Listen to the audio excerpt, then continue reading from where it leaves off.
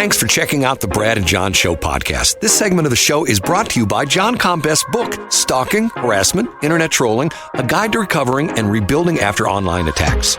It's a great reference if you've ever been the unfortunate target of a social media attack.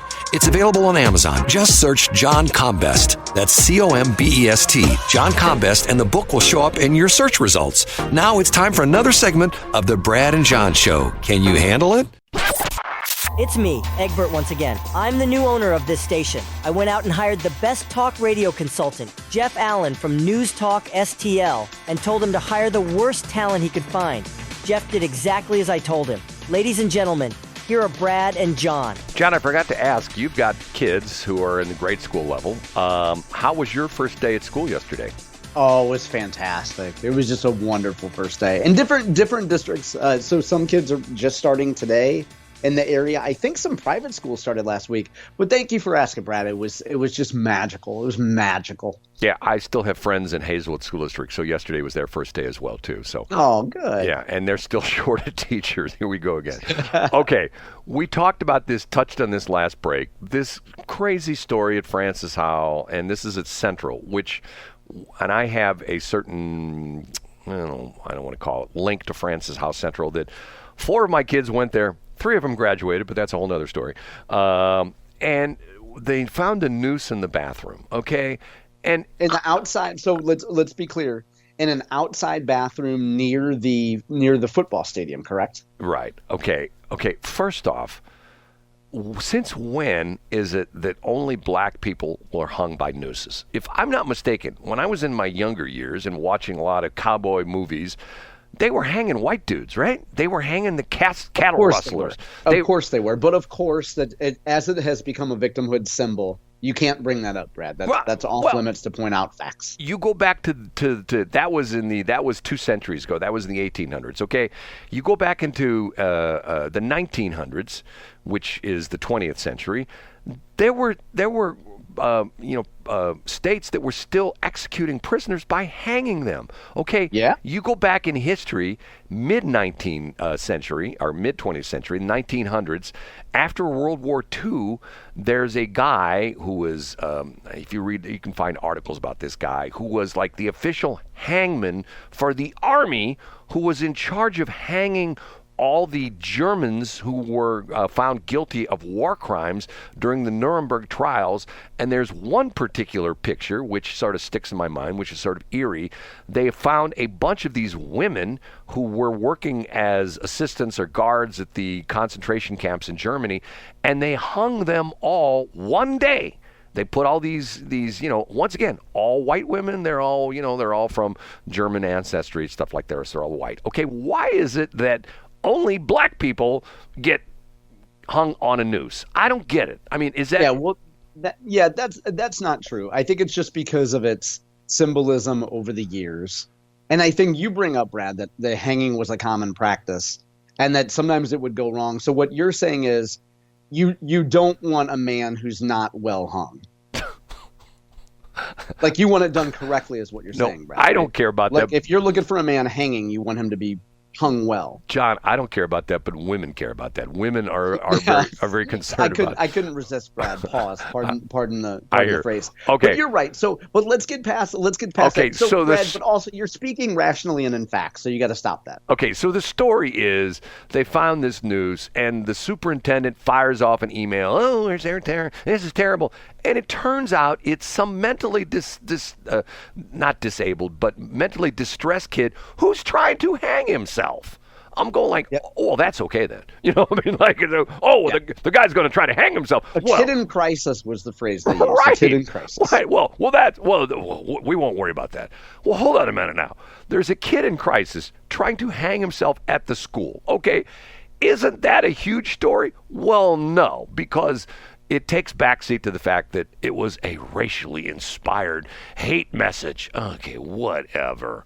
Yeah. But let's not forget, too. So a lot of folks that listen to this might not be from the St. Louis area. Remember, this is the school district that Brad, that you and I talk about a lot because of the votes recently on transgender indoctrination in schools and gender bender lessons in classrooms. All the Black Lives Matter stuff. that we've talked about over the last year. That's the Francis Howell School District. So of course, and by the way, Brad, this guy named Mitchell Long of St. Charles County, who had just brought his son to practice. It's good for this black guy to be in this kid's life. Let's point that out. But also, I guess that day was the day of the Francis Howell School Board meeting when all the transgender activists were there making noise and whatever. So anything that happens in this district, it's a flashpoint of these type of issues, Brad. Hold on, I'm playing something here. I didn't want that to start right away. I just shake my head at this. And once again, I'm going to say something that is to me, and I mean no disrespect to the Tracy Ellis listeners to our radio station, okay? I'm getting to the point where the pendulum swings both ways, okay? And we see this all the time, that we have a situation, and to the point where I guess probably Ferguson is the perfect example. Were there big bad things that happened in North County munis? Were some of the the minority people hassled by the court system? Well, not only some of the minority people, but me, white guy, hassled by the court system. You were, Brad. I can tell my stories of being hassled by the court system in North County. Okay, me living in Spanish Lake, grew up there. Then I lived out in West County when I was single. When I got married, I moved into Hazelwood, and I can tell crazy, weird stories about all this. Who's calling me right now? Leave me alone. Okay. All these crazy stories about life in North County. Okay. So, and now we have the Francis Howell thing, and some of these people on the board, and unfortunately, I've met Jane Puszkar, and how do I put it, that I think she's wound a little bit too tight. You know what I'm saying? And okay, yeah, I get that. And I think some of the other new members on the board are wound a little bit too tight. And to me, it's like, okay, let's stop worrying about nooses in bathrooms and Black history classes and worry about turning kids out who can be gainfully employed. Maybe not go to college, maybe prepare them to going on to a trade school, to Rankin Tech, which once upon a time when you said that, oh my God, that's terrible, a kid going to Rankin Tech. Yeah, when he gets out, he's got, what did I tell you, 3 offers in some of the curriculum. Making a ton of money. A ton of money, right out of, 20-year-old kid, making some jack, not paying off a big note to some stupid university that, that's going right. With their head up their butts, you know what I mean? And all the professors who are like, once again, the common phrase, I learned this years ago, common phrase is knowledge is power. And a guy I know debunked that, and he said, if knowledge was power, the most powerful people in the world would be the college professors. And you go like, okay. And he said, application of knowledge is power, which is interesting because of the fact that I think that unfortunately is not being taught in our school systems. They're just, plugging their heads with information.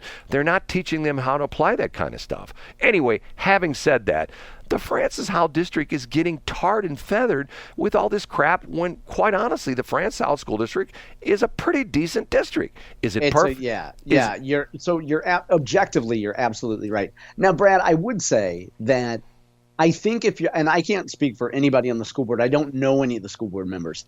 I'm guessing if you're a member of Francis Howell Families, which is the conservative group out there that supported a lot of the candidates, and you can join their membership, like their email list or whatever. I'm guessing that a lot of those folks would say, look, our point is we want a return just to the basics, and we're setting up a firewall that says, stop talking about gender identity. Stop talking about white guilt. Stop talking about all this anti-white, anti-Christian male propaganda, and let's get back to basics. I think that's the point and the intention of a lot of people, Brad. But it doesn't come off that way to me. It comes. I get it. I get it. But that's let me interrupt though, Brad. I think that's only because you have so much of the transgender activists and the Black Lives Matter activists coming to these meetings, getting media attention, and because of that, the conservatives on the school board say, no, we're going to pass something that says stop talking about this. By the way, when you're in your depiction of Jane Puszkar, who I don't know, you make her sound like, remember the movie Harper Valley PTA?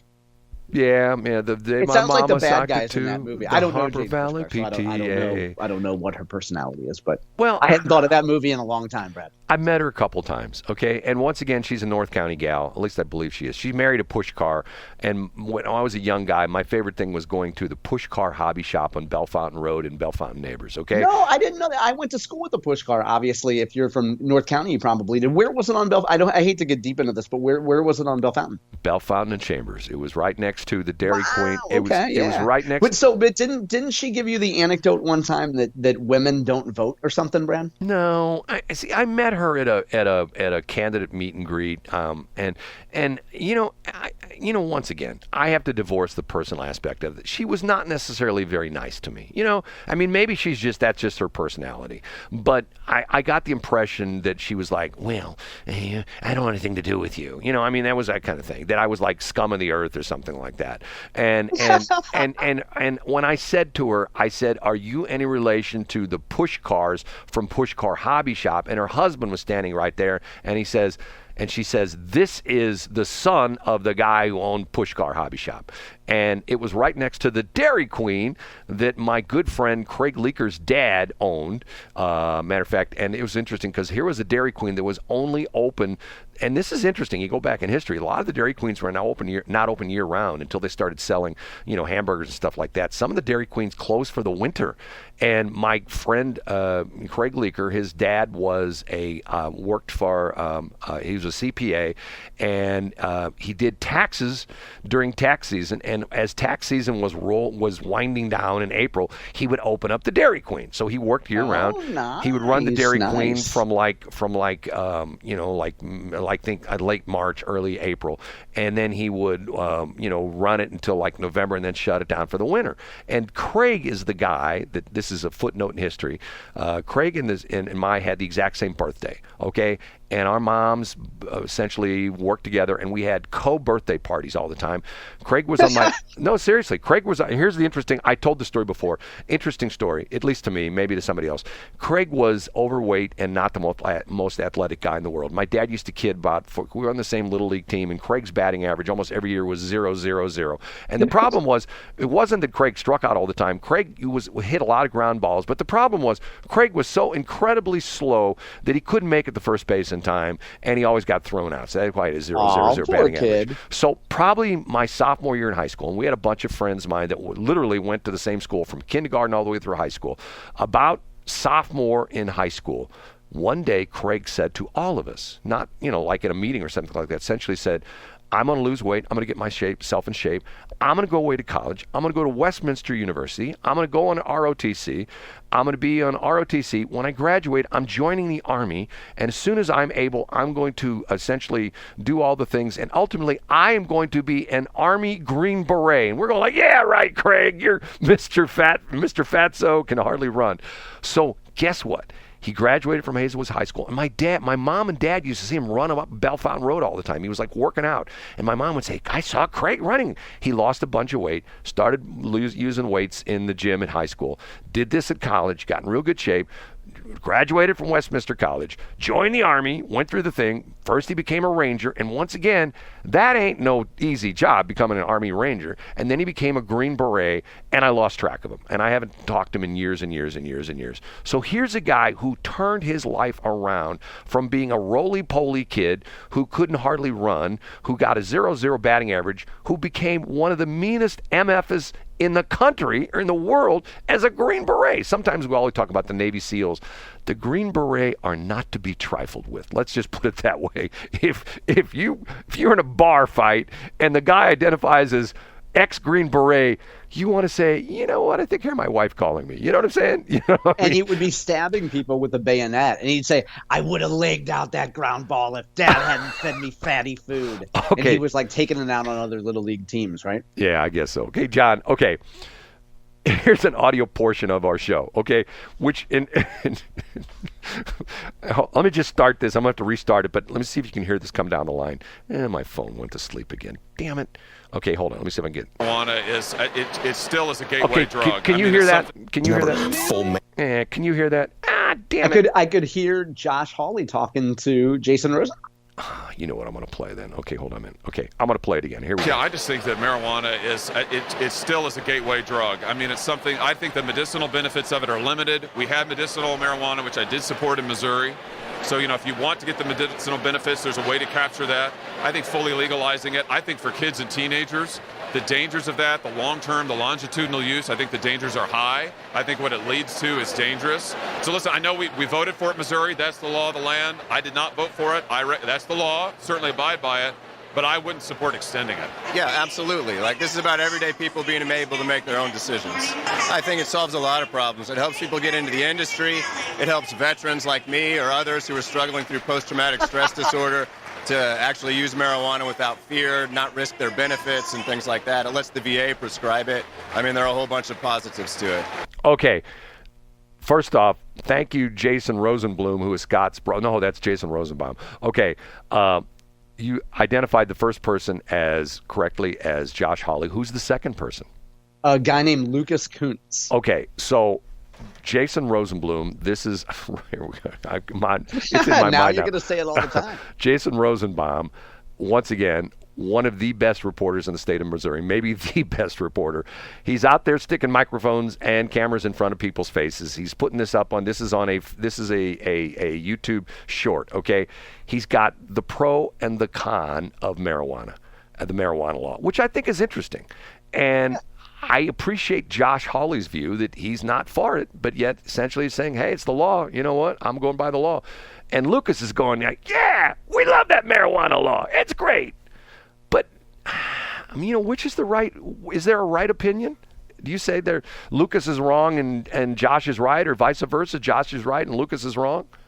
I'm closer to the Josh Hawley opinion, which is that I think anybody would acknowledge that there are probably medicinal benefits to some form of cannabis, whether smoked or ingested or whatever, and that I think it's okay for conservatives or libertarians or whoever to say, hey, I don't like the concept of marijuana culture, and that biases my opinion against marijuana.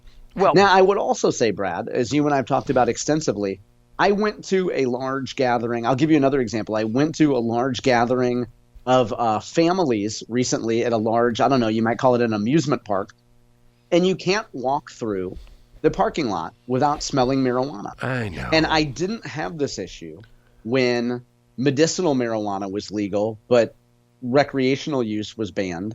But now you go anywhere and you just smell weed everywhere, Brad. And I don't like it, and I don't like anything about it. And I generally look down upon the people who choose to do that in public. Well, I'm the same way. To the point where if you go into a parking lot and you see somebody, throwing back, a bottle of Jack, I'm going, okay, I don't think that's the proper place to be doing. Yep. And especially when I see you get in your car and drive away. Anyway, well, to be continued tomorrow. Well, and I would just also give an anecdote that I was I was near a school. I wasn't far from a school yesterday, Brad. And I was walking, and somebody had been smoking so much weed in their house or outside of their house on their patio that you walk through a cloud of marijuana smoke when you're going to school. Well, that might help them learn. You know what I'm saying? It might chill them out, bro. Right. Okay. They'll be so mellow they won't give the teacher any problem that day. And teachers say, "Little Jimmy, you're so good today." Well, that's because I walked to school through this cloud of marijuana smoke on the way to school. Man, I feel like Cheech and Chong. Okay. Feel great. Hey, before we go, Brad, I'm gonna go tie a fishing knot, which I looked up. It's just called the improved clinch knot, and it looks just like a hangman's noose. So whatever you do, Brad, if you see me at Bush Conservation today and I've tied an improved clinch knot, it's not a noose. I'm just trying to catch some bluegill. John, say goodbye. Bye-bye. Thanks for checking out the Brad and John Show podcast. This segment of the show is brought to you by John Combest's book, Stalking, Harassment, Internet Trolling, A Guide to Recovering and Rebuilding After Online Attacks. It's a great reference if you've ever been the unfortunate target of a social media attack. It's available on Amazon. Just search John Combest. That's Combest, John Combest, and the book will show up in your search results. Now it's time for another segment of the Brad and John Show. Can you handle it?